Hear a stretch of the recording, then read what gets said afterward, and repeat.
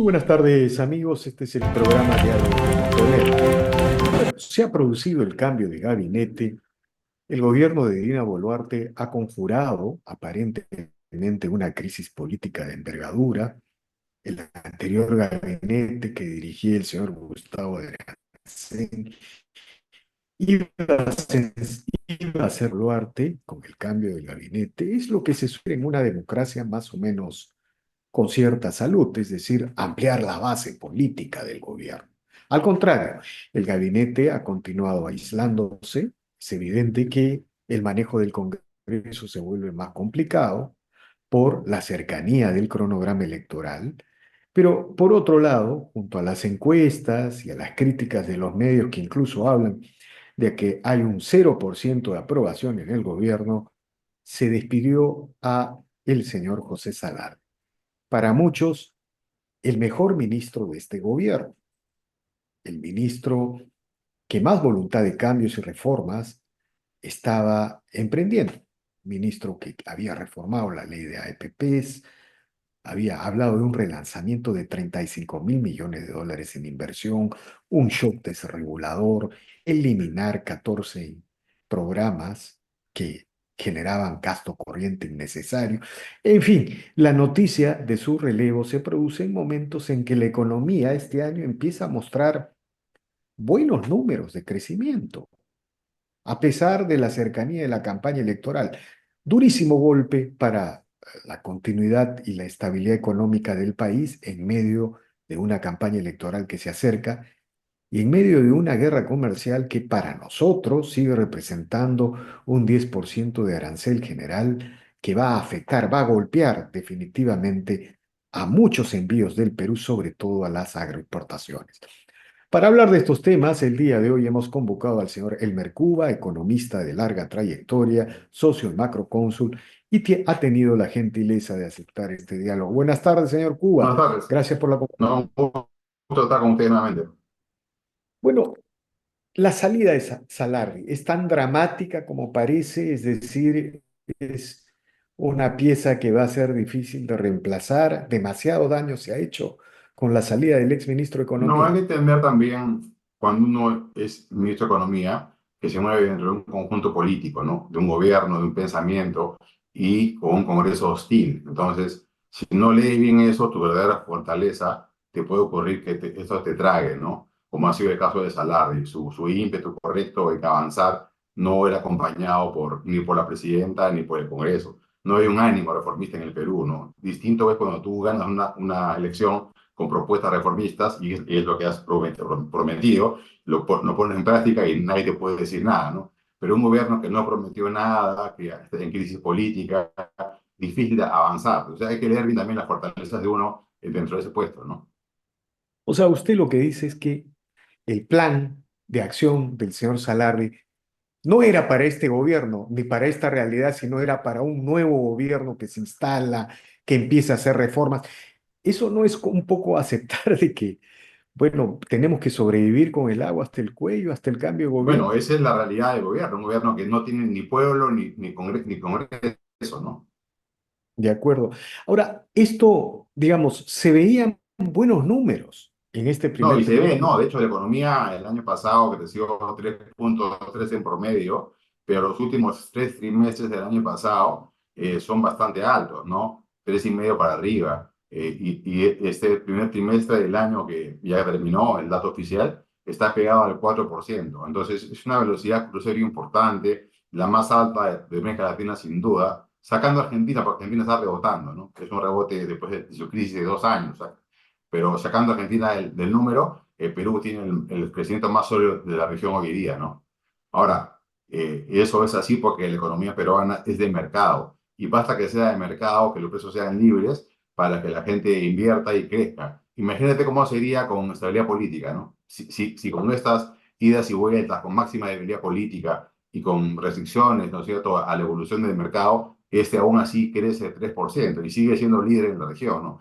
El costo político es fuerte, o sea, es pasar de haber crecido 5 o 6% a pasar a crecer solamente 3, ¿no? O sea, es duro, pero la economía es más fuerte que eso, ¿no? Ahora, la salida de Salardi no va a afectar este impulso, ¿cree usted? Este impulso que evidentemente se está demostrando en estos buenos números.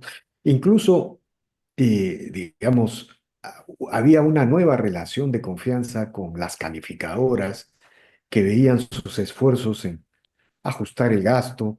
No debería cambiar mucho, porque el nuevo ministro pues no es un heterodoxo, ¿no? Ni es un irresponsable de lo fiscal, ¿no? Tiene una trayectoria también buena en el sector público, es economista de profesión, ¿no? Entonces no debería haber un cambio distinto, en verdad, un cambio de expectativa tampoco, ¿no? Que le vamos a ver cuando el Banco Central pregunte eso el próximo mes. Claro. Ahora, ¿y cómo no agarra a la economía peruana ya esta situación en el momento en que la campaña electoral empieza los motores de la campaña electoral se empiezan a encender? Digamos, todos los partidos lo que van a buscar son votos, clientelas electorales. Por ejemplo, el tema de la minería ilegal y del reinfo. Parece que ni el Ejecutivo ni el Legislativo estarán interesados en cambiar las cosas. Eh, Eso continuará por un tema electoral, al parecer. Eso es un error político, porque la mayoría de los peruanos votantes no son mineros ilegales ni sus familias, son peruanos que están en otros sectores y que ven con estupor lo que está pasando en Patás, ¿no? Y quisieran paz social en Patás, quisieran menos minería ilegal, menos contaminación, más pago de impuestos. O sea, si un político le habla a las grandes mayorías, va a estar al otro lado de la orilla, no está en la pro minería ilegal, ¿no? Sería absurdo que todos los políticos populistas corran con las banderas de la minería informal e ilegal, cuando la mayoría del Perú está en otro lado, más bien, ¿no? Más bien, yo creo que un político que prometa combatirla y ordenarla va a tener más votos que aquel que permita que quiera, digamos, solventarla y apoyarla, ¿no? Y en general, la campaña electoral, ¿cómo cree usted que va a afectar o cambiar el curso de este buen impulso en la economía?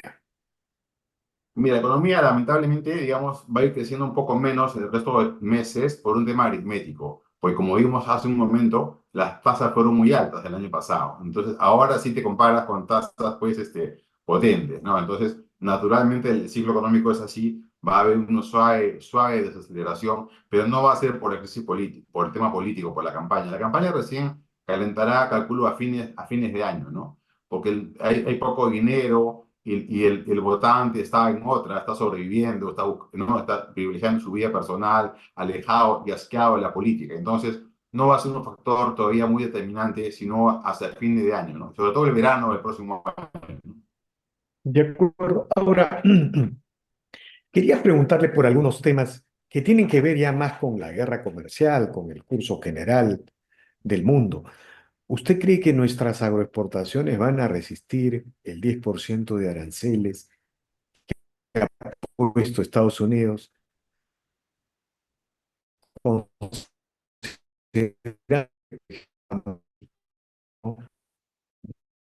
está respetando el TLC, 0% de aranceles, 35% se dirigen al mercado de Estados Unidos? ¿Usted cree Sí, que lo de México es algo transitorio, se está negociando, pero no va a quedar en cero, ¿no? Digamos, por ejemplo, ya van dos casos en los cuales se ha quedado en 10%. El caso de Reino Unido, por ejemplo, y el primer acuerdo de Trump en este bilateralismo, ¿no? Que ya no es la OMC, ya no es multilateral, ahora es bilateral. El primer acuerdo con Reino Unido ha sido un 10% base y cosas menores, ¿no? De aviones, etcétera, pero básicamente se queda en 10%. Con China también, esta pausa que está por 90 días, también se ha quedado en 10 más 10, o sea, 10% de Estados Unidos, 10% le pone China de retribución. Y con lo cual queda con 30-10, porque antes del día 2 de abril, que fue este zapatazo, ¿no? Y ya tenía China 20, más 20. Entonces, al final, te vas quedando en dos casos importantes, ¿no? Con Reino Unido y con China, con 10%. Perú no creo que pueda bajar el 10, se va a quedar con el 10%. Pero México es inverosímil que se quede en cero, ¿no? Va a ir por su día tarde o temprano. Lo que pasa es que es más complejo porque Estados Unidos y México quizá son las economías más integradas del mundo, las dos, por el TLC mismo, se han integrado mucho. Entonces hay que hilar fino para no poner el 10% a todo lo demás. O sea, tarde o temprano el arando mexicano, la palta mexicana también se va por el 10, ¿no? Lo cual no me preocupa mucho. Vamos a estar todos con 10, con lo cual no hace mucho daño, porque si solamente es para ti hay un problema, pero si es para todos el 10%, no hay un cambio relativo, ¿no? Y como bien sabemos, de época de los primeros padres de la economía, lo que más importa son los precios relativos, ¿no? No hay precios absolutos, no hay precios relativos. Pero si ambos pagamos 10% más, nadie gana a costa del otro en competitividad, ¿no? Claro, pero digamos, en el caso del Perú fue un grave error derogar la ley de promoción agraria hace unos años, ¿no? Es decir, y por otro, digamos, había un régimen tributario promocional que había funcionado, había incrementado los recursos fiscales del país como nunca. Incluso se discutía que ese modelo debería servir de base para reformar toda la economía y bajar impuestos. Y el modelo liberal, igual, el modelo de contratación laboral en base a la flexibilidad de los contratos de trabajo, también había multiplicado el empleo formal. Hoy todo eso ha cambiado, ¿no? En el caso del tema laboral hay hasta un 30% de salario. Sí, Sobre, a ver, lo que ha provocado el boom agroexportador peruano, que es notable, y es ejemplo mundial de cómo un país puede realmente explotar, digamos, sus recursos naturales, es el caso de la agroexportación, que tiene varios componentes. Uno, primero importante, son los TLC con el mundo. Apoyó a llegar al mundo con TLC, ¿no? O sea, toda China, Europa, Estados Unidos. Dos, tenemos agua, ¿no? En todo el norte, un clima privilegiado, sol. El sol es clave porque el sol, la fruta es sol, al final. Entonces, transformaste el sol en fruta. Y tenemos una mano de obra con precios razonables, buenos puertos y un buen sistema tributario. Entonces, eso ha funcionado de maravillas y ahora más bien ha sufrido básicamente la principal intrusión, y mercado libre, flexible, ¿no? Poder contratar en épocas de cosecha o de siembra, ¿no? Lo cual no se puede después en una industria regulada. Y entonces ha mostrado cómo el mercado puede hacer su trabajo bien, ¿no? El cambio central que ha habido en la reportación ha sido el salario beta. Como tú bien dices, poner un salario mínimo distinto a los sectores, ¿no? En un sector que es intensivo en mano de obra. Ese es el gran daño que se ha hecho en la época del presidente Sagasti, ¿no? Poner un salario especial para los trabajadores de un sector. Eso realmente va contra la economía de mercado y lo flat, ¿no? pero en esas condiciones, ese 35% que se exporta a Estados Unidos, estamos hablando de uvas, de arándanos, de café. Bueno, ¿se vienen cierres de fábricas, cree usted? ¿No va a resistir? No. Felizmente Perú tiene, digamos, ventajas competitivas enormes en ese sector. Lo que vas a hacer con este sobrecosto laboral es ir hacia productos agrícolas menos intensivos en mano de obra. O sea, un daño, más bien ha hecho un daño a los trabajadores, ¿no? Porque el empresario, en su búsqueda normal de utilidades, va a privilegiar ciertos tipos de cultivos que sean menos intensivos en gente y más intensivos, pues, en mecanismos más tecnológicos, ¿no? Tanto de siembra como de cosecha. Entonces, menos gente porque es más caro. Hace encarecido la gente para el campo, ¿no? Entonces, no es lo mismo palta o variedades de arándanos o mandarinas o chirimoyas o alcachofas. Todos tienen diferente componente laboral, ¿no? Entonces, vas a castigar a aquellos que tenían más componente laboral por esta tontería de salario beta, ¿no? O sea, en lugar de buscar mejorar a los trabajadores, terminas empeorándolo, ¿no? Eso realmente es dramático. Ahora, ya digamos, volviendo al tema de las tareas que tenemos que hacer, si yo le preguntara, ¿qué debería hacer este gobierno mínimamente antes de la transición, ¿no? Antes de entregar el gobierno? Sí, Bueno, mira, no todas las, no, en la economía, no todo lo que está postulando a Salardi toca callos de nadie, ¿no? Por ejemplo, aumentar, sacar adelante en este periodo, en este año y medio que queda del gobierno, importantes megaproyectos, ¿no? Mineros y de infraestructura, de transporte y de energía. Eso es ganador para todo el mundo. Gana el Perú, ganan los impuestos, ganan los trabajadores, ganan los empresarios, gana la gente al final, ¿no? Con mejores proyectos y menos costos y más eficiencia. Esos proyectos grandes que él estaba apoyando deberían seguir sin ningún problema, ¿no?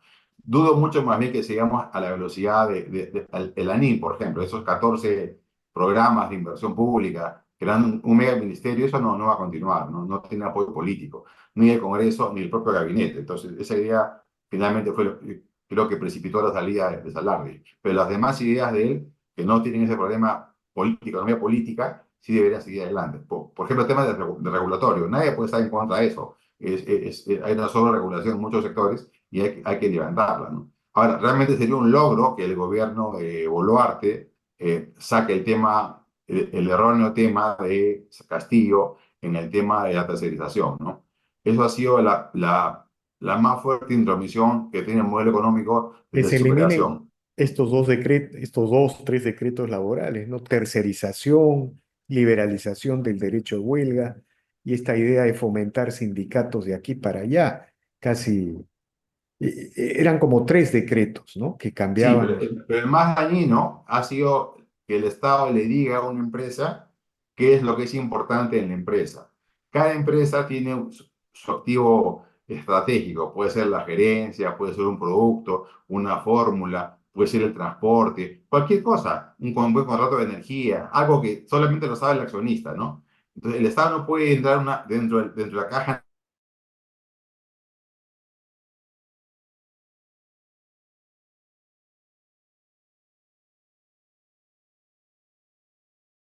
puede seguir ahí. Y el ministro Maurate tiene que levantarla, ¿no? De acuerdo. Ahora, antes de pedirle un comentario final sobre una visión general, la trayectoria fiscal ya no es un problema, 2 años consecutivos sin cumplir las metas de déficit fiscal. Sí, ese es un buen punto. Mira, en verdad, las reglas fiscales más importantes son dos reglas. Una se refiere al déficit fiscal corriente de ese año y la otra al ratio de deuda entre PBI. Este segundo ratio de deuda entre PBI Mm. se llama solvencia y Perú es muy solvente. Ese ratio es bajo, uno de los más bajos del planeta Tierra, y ese no se ha movido. Por 2 años hemos cumplido parte de las reglas, la regla del déficit. Pero la regla fiscal como un todo, la más importante sí se ha cumplido. Quizá ha habido falta de precisión del ministro de Economía de hablar bien claro sobre ese tema. Perú sigue siendo un país muy responsable y muy envidiado en el mundo sanamente, porque tenemos un bajo riesgo país, ¿no? Entonces, puede que tú te desvíes de una parte de la meta del déficit fiscal, pero como te repito, la meta más importante de la regla fiscal es la solvencia, que se mide de esa manera, deuda entre PBI, y ese no se ha movido. Entonces, y además hay buenas noticias, porque el déficit fiscal va cayendo, y en abril está en 2,9. El año pasado cerró en 3,6% del producto. O sea, en diciembre estábamos en 3,6 y en abril estamos ya en 2,9. Entonces, es posible que el resto del año suavemente bajemos a un 2,6. ¿Qué cosa es 2,6? Es un punto del PBI menos que el año pasado. Eso son buenas noticias. La mala es que 2,6 no cumple la meta de este año, que es 2,2. Pero eso se puede explicar. O sea, el mercado Pero, no es tonto, el mercado hay un país que se esfuerza en mantener el déficit fiscal bajo, ¿no?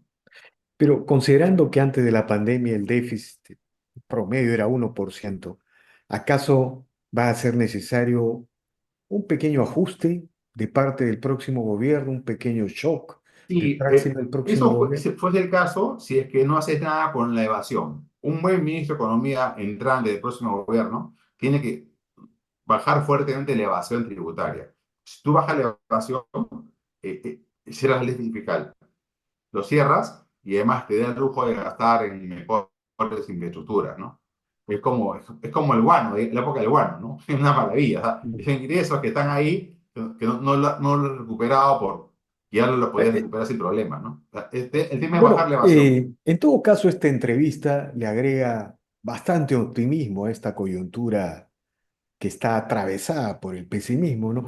Quizá por eso yo inconscientemente, señor Cuba, he buscado entrevistarlo, porque usted Pero siempre mira, saca buenas noticias en los peores momentos, en las peores convergencias del peor pesimismo. Por ejemplo, Pero mira, basta que cualquier observador vea la parte económica de los diarios, ¿no? Tú ves la parte económica de los diarios, te vas a encontrar con que empresa A va a invertir en tal lugar, empresa B va a contratar gente, empresa C sigue creciendo. O sea, tú ves en los negocios un país, una economía de mercado que va para arriba, ¿no? No ves crisis política en la parte económica. claro, y esta noticia final que usted nos señala, que el Perú va a ser el país que más va a crecer en la región luego de Argentina. Bueno, pues es una tremenda noticia, ¿no? O sea, este año parece que va a ser así. Y eso tiene que ver con nuestras fortalezas, ¿no? Sin duda. Imagínate cómo sería si no tuviésemos crisis política y tuviésemos mejor regulación, ¿no? 6%, 7%. Que es lo que Y corresponde además a un alumno tan destacado, ¿no? Sí, pues, ¿no? Y lo cierto es que todavía la inversión privada no vuelve como el gran protagonista de hace unos años atrás, ¿no? Algo, Es un poco menor, pero lo nuevo es la crisis del Estado. Eso es lo nuevo. Porque por más inversión que tú le metas, por un lado, por otro lado, te resta puntos un Estado inoperante, ¿no? Entonces, te contrarresta. Si el Estado fuese más operativo, la parte privada tendría mayor impacto inclusive, ¿no? En verdad son las dos cosas, en verdad. O sea, un Estado de primer mundo e inversión privada, ¿no? Solamente inversión privada con un Estado que es un ancla, te hace más difícil crecer. de acuerdo, señor Cuba, le agradezco infinitamente por estas declaraciones, por este análisis tan interesante y seguiremos conversando como siempre lo solemos hacer y recordándole que está pendiente una entrevista sobre el futuro de la guerra comercial entre Estados Unidos y China. Alguna vez lo conversamos. Así Gracias. que se está moviendo todavía. Muchas gracias. Ya, muy bien. Bien, amigos, esta ha sido una nueva edición de Diálogos del Montonero. Regresamos en la siguiente edición. Gracias.